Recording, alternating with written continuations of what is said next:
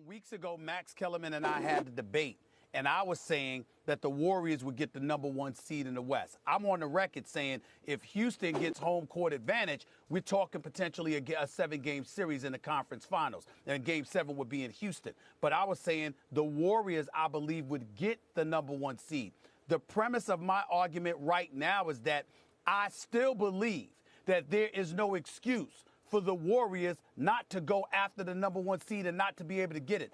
I am not implying that Swaggy P is better than all of those other guys on Houston outside of James Harden and CP3. What I am saying is Kevin Durant is so great that he has enough, because of his greatness, he has enough of a supporting cast in the regular season. When you compare Golden State's remaining schedule with Houston's remaining schedule, with what he has available to him based on his skill set, it should be enough for the Warriors to still get the #1 seed in the West.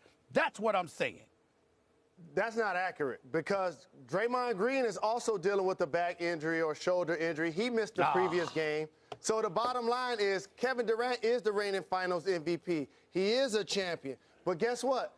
There's a reason why he left Russell Westbrook at OKC to go play in Golden State, to go run with the guys that happen to be injured right now.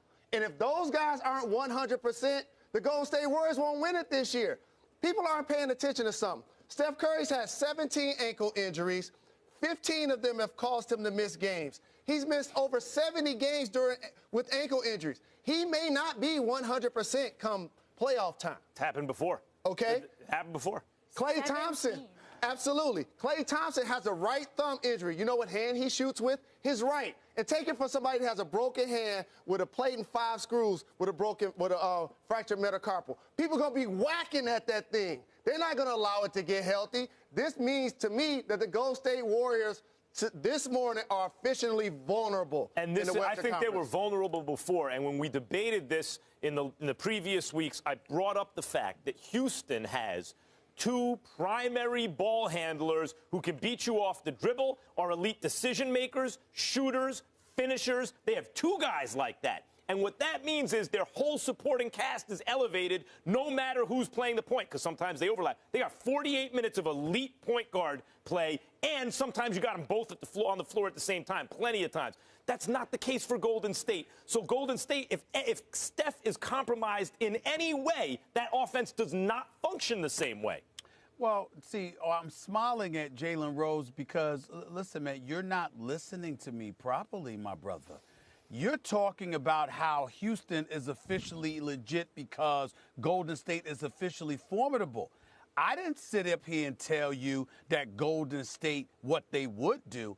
I said what Kevin Durant should do. You brought up how, listen, he departed OKC for a reason. Well, who was the #1 voice against him going to Golden State?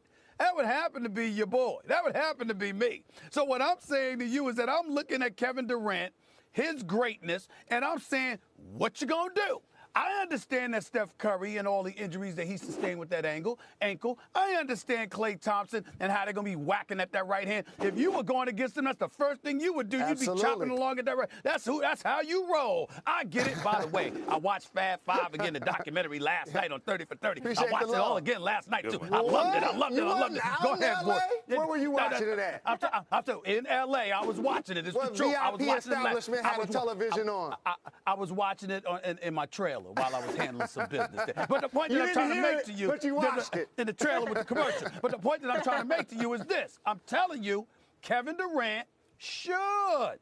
This is the regular season. It's not a best of 7. He should be able to handle his business in the regular season. But you know what this ignores? This ignores, like you're saying, well, if a great player has enough of a crew, they should be able to get it done. That ignores a couple things. One, what function on the team does that player serve? Kevin Durant's not a point guard. In a league where you really, especially on a team that requires a point guard engine who can get you the dribble penetration, stretch the floor like infinitely, basically, and make decisions and all that stuff. But it also ignores what else is around you in the league. It's not like they're playing in a conference right now that the Rockets don't exist in. The Rockets have upped the ante. They don't lose. From weeks ago, Max Kellerman and I had a debate, and I was saying that the Warriors would get the #1 seed in the West. I'm on the record saying if Houston gets home court advantage, we're talking potentially a 7-game series.